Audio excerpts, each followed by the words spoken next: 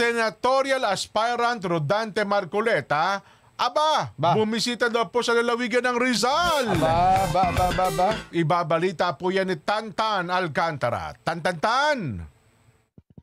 Nakuha ni senatorial aspirant Rodante Marcoleta ang buong suporta ng gobernadora ng lalawigan ng Rizal na si Governor Nina A. Inares at mga kasama nito sa partido sa isinagawang campaign rally sa Antipolo City. Halos mapuno ang venue ng mga supporters ni Kong Dante Marcoleta na mula sa iba't ibang bayan sa province of Rizal. Sa kanyang pananalita, ibinahagi nito ang sistema ng pagkakaaresto sa dating Pangulong Duterte. Tinalakay din niya ang patuloy na pagtaas ng mga bilihin, partikular ang bigas, maging ang singil sa kuryente.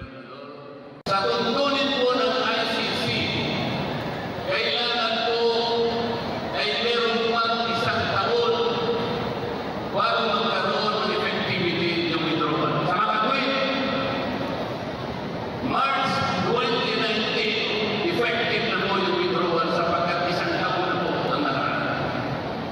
Ang pagkakamali po ng prosecutor ng ICC, nung siya yung humingi ng authorization, lagpas na po, effective na po yung withdrawal.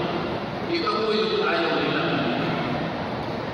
Hindi na kailanman dapat nag-cooperate ang pamahalaan sapagkat effective na yung withdrawal ng ating bansa sa pamamahala ng ICC. Samantalang kasama din sa nasabing rally si senatorial aspirant Jimmy Bondok na naging emosyonal habang pinapatugtog ang kanyang komposisyon na kanta para kay FPRRD.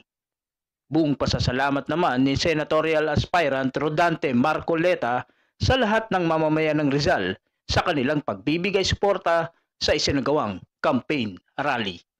Tantan Alcantara para sa 100% balita. Ito na ang